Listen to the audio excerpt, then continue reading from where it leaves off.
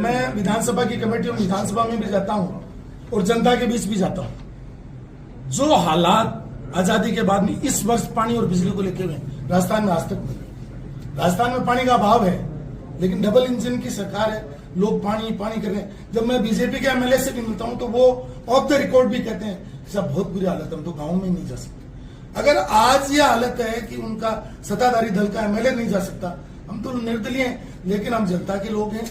जनता की इस लड़ाई को जमीन पर आकर के लड़ेंगे। और मैं मुख्यमंत्री जी से मेरा बहुत विनम्रता के साथ आग्रह है कि ये घूमना फिरना बंद करें और उनसे आग्रह है कि राजस्थान की जनता बिजली और पानी सरप्लस स्टेट है, आपके पास 37,000 मेगावाट बिजली है, 19,000 मेगावाट आपको चाहिए, तो ये बाकी बिजली जा कहां रही? अगर गहलोत सरकार ने गलत मान लीजिए कर लिया तो आपके पास अधिकार है उसको रोकने का। जब आपने गहलोत सरकार की बाकी स्कीम्स को आपने रोक दिया, जो जन कल्याणकारी मान लो गहलोत साहब कह रहे थी, उनको रोक दिया, तो बिजली को कैसे नहीं रोक पाए आप?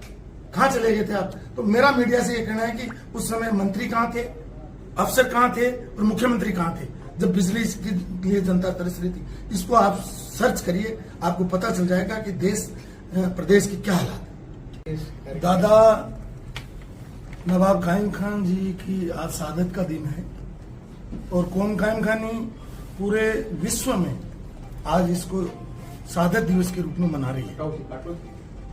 और उसी कड़ी में आज जोधपुर उम्मेद कायम खानी छात्रावास में एक गर्ल्स हॉस्टल का शिलान्यास है। उस कार्यक्रम में मैं शिरकत करने के लिए आया। सर, कल जोगेश्वर गर्ग जी यहाँ आए थे, उन्होंने कहा था कि 10 साल तक हमने जो है हैट्रिक बनाई और अब एंटी इनकम्बेंसी थी, इसलिए जो है कुछ सीटें कम आई है। आप कैसे मानते हैं? देखिए, ये तो भारतीय जनता पार्टी के किसी भी नेता ने बयान दिया तो उनके आंतरिक मंथन का समय है कि आज राजस्थान में लगातार 25 की 25 सीटें आई और 11 सीट जो है सरकार होने के बावजूद कैसे हुई, तो वो उनको आत्म मंथन करना चाहिए। वो तो उनका अंदरूनी मामला, उस पर मैं टिप्पणी नहीं करूंगा, लेकिन ये जरूर है कि कहीं न कहीं चूक जरूर हुई। सर, थर्ड फ्रंट ने अच्छा किया है चुनाव में, तो राजस्थान में कहीं भविष्य देखते हैं आप थर्ड फ्रंट का? देखिए, संभावनाएं कभी किसी की खत्म नहीं होती और आपने देखा होगा कि आरएलपी एक सीट जीत गई, बाप एक सीट जीत गई, कम्युनिस्ट पार्टी जो लगभग राजस्थान से समाप्त सी हो गई, वो वापस एक मेंबर ऑफ पार्लियामेंट उसने बना दिया।